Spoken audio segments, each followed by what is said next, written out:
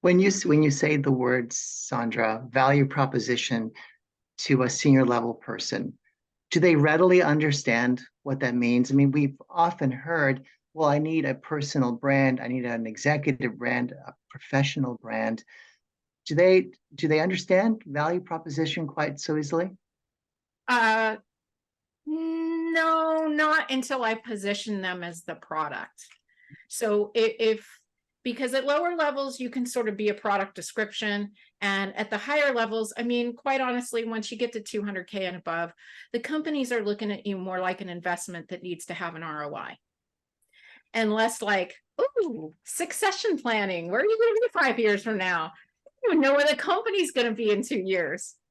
So what they're mainly looking at, and to Barb's point, is you get all these stakeholders in a room. A lot of times they're disagreeing.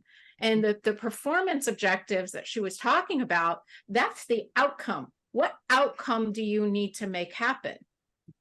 And so when companies are sitting around trying to figure out what outcome are we looking to make happen, and by the way, I'm sure she knows very well that when people are disagreeing on what outcome needs to happen, that it's going to be a long road.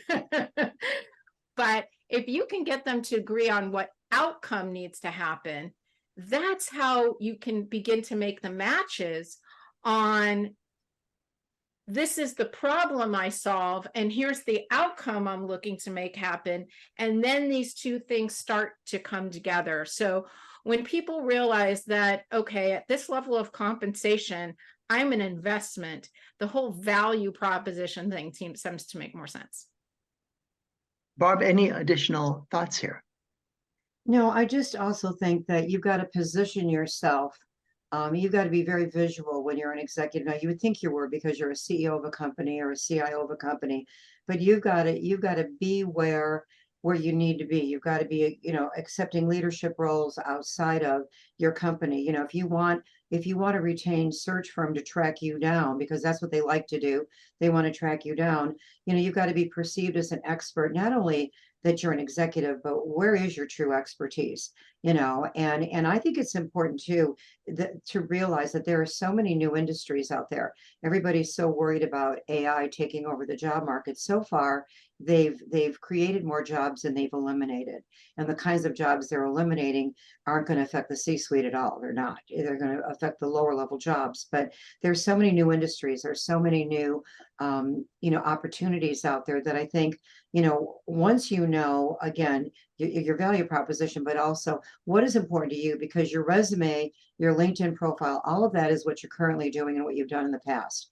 You've got to take the time to sit down and think about, okay, what do I want to do next? It's not only where am I going to be the best fit, but what do I enjoy doing? I think sometimes executives are looking at the money, they're looking at the position, they're looking at the type of company, but they need to stand back also and what do I really enjoy? Where do I have the greatest impact? What gives me the most self-satisfaction? Because at those levels, money is pretty much in the same range. It's where you're going to go, where your heart's going to sing. And also, I'm seeing executives put a lot more emphasis on, the company culture. And it's not what's on your website. It's really how you treat people. There's many more demands on executives right now when it comes to DEI, when it comes to the mental, health of employees. So, I mean, you've really got to think about, what are your core values too. So in addition to everything else we're talking about, it's got to,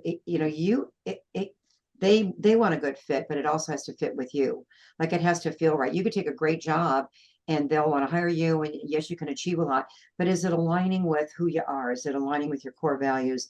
Is it aligning with, with what's important to you? So at an executive level, when you're in a leadership role, you better be doing also what you enjoy, and you've got to align with their beliefs and their philanthropic endeavors and their core values and their culture, or it's not gonna work. I want to underscore that was wonderful. But one thing you said that I want to underscore is what makes your heart sing. Mm-hmm. What makes you want to get up in the morning? I mean, Absolutely. things we should be asking ourselves, right, when we are thinking about or need to be making a change. But I love that you said that. And Sandra, I know you've said similar things to me and others in the past. So I love how that resonates, at least with me. I hope everyone who's heard that felt the same way.